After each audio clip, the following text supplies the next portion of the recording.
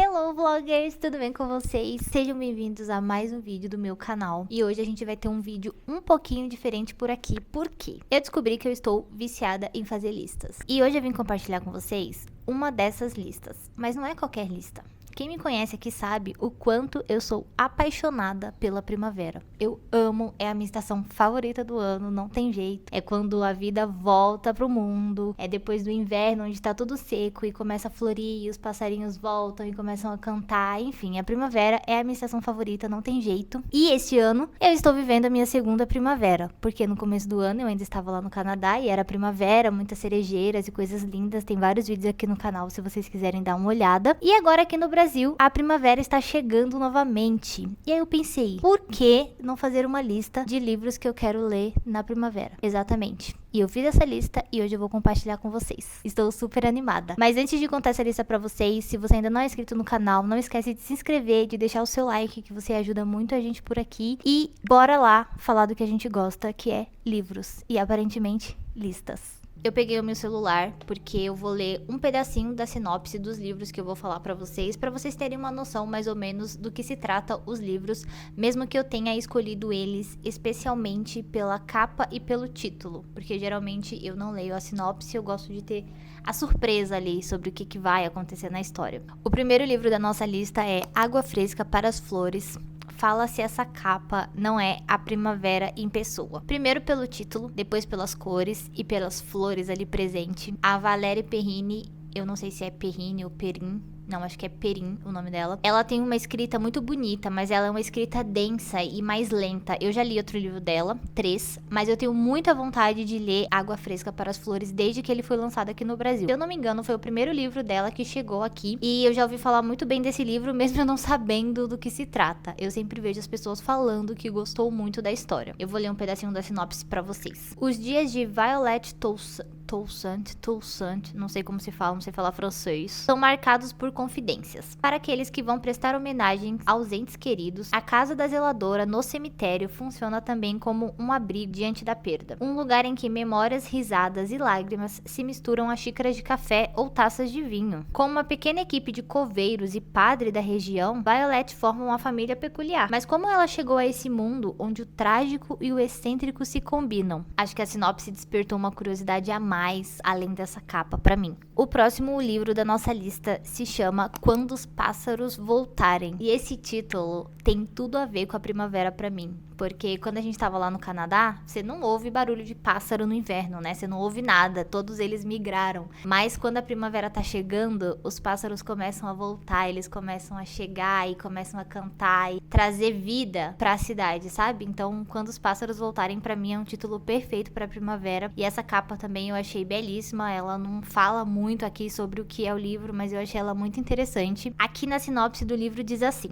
Tony está cansado do mundo. Embora tenha uma saúde de ferro, o professor do ensino médio de História da Filosofia não enxerga grandes perspectivas. Por mais que tenha lido uma quantidade considerável de livros, confessa que há coisas que não entende e acredita já ter experimentado de tudo que há para experimentar. Ele decide dar um fim na própria vida e registra os dias que passam até o seu momento final. Em uma espécie de diário, revisita o passado e discorre sobre os assuntos cotidianos de uma Espanha politicamente turbulenta. Aqui nós temos um livro um pouco mais trágico, né? Não parece uma história feliz. A primavera, ela é uma época feliz, mas nem todos os livros aqui vão ser sobre assuntos leves e felizes e animados. Eu achei muito interessante a história e esse livro, inclusive, vai me ajudar a completar um dos desafios do meu semi-bingo literário, que é ler um livro que se passa na Espanha. E eu nem sabia que esse livro se passava lá, foi pura coincidência. O próximo livro da nossa lista é um livro que eu tenho físico aqui, que é O Homem que Escutava as Abelhas. Fala sério, essa capa aqui,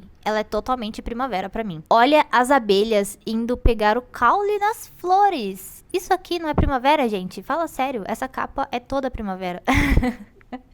Aqui na sinopse fala assim: Nuri cria abelhas e sua esposa, Afra, é uma artista visual. Eles levam uma vida simples, mas plena de afeto, entre familiares e amigos, na bela cidade síria de Alepo, até que o impensável acontece.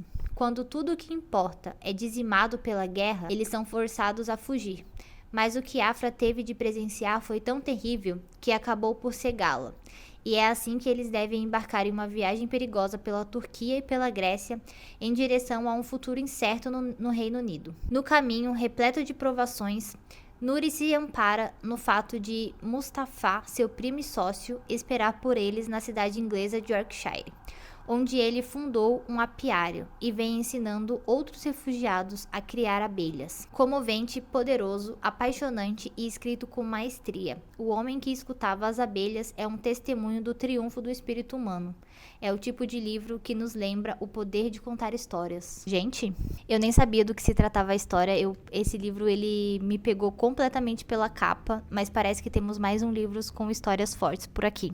O próximo livro que eu tenho aqui também é um livro físico, que é Noite Sem Fim, da Agatha Christie, nessa coleção aqui da Folha de São Paulo. Por que você escolheu esse livro? Essa capa não parece primavera. Não parece, mas Noite Sem Fim, pra mim, é um título da primavera. Lá no Canadá, quando a primavera chegava, a gente já sabia que ia começar a escurecer mais tarde, né? Então, 10 horas da noite ainda tinha sol, ainda tava claro. E Noite Sem Fim é um título que remete muito à primavera pra mim, porque não escurece nunca, sabe? E aí eu peguei esse daqui da coleção da vovó. Esse daqui eu não vou ler a sinopse porque é livro de suspense, então eu quero ler sem saber nada sobre ele, mas esse aqui é o próximo da nossa lista. Uma capa azul, azul também remete à primavera, né? Pra combinar com esse livro aqui das abelhas, ó, 2 livros de capas azuis. O próximo livro da minha lista, eu já falei dele aqui pra vocês, eu já mostrei em outro vídeo, eu vou deixar linkado aqui nos cards se você quiser assistir, que é Uma Delicadeza Coleção de Ausências, da Aline Bay. Eu fui num evento, eu peguei esse livro autografado, tem tudo no vídeo que tá linkado aqui nos cards. E este livro pra mim também remete à primavera, mas ele também é um livro difícil de ler. Gente, cadê? Não tem nenhum livro leve aqui? Não, calma, a gente vai chegar lá, eu prometo. Eu já falei bastante dele aqui pra vocês, né? Mas eu vou ler um pedacinho do que tá escrito aqui atrás, que é: abrir essas páginas é deixar-se levar por muitos caminhos, das arquibancadas de um circo a quartos fechados cheios de segredos, e perceber com 5 sentidos a vida que aí se desenrola. Não é só enquanto palavra escrita, mas com seus odores, sabores, texturas, som de prato ou de canto, luzes e sombra. Inclusive, talvez ele seja um dos primeiros que eu vá ler dessa minha lista.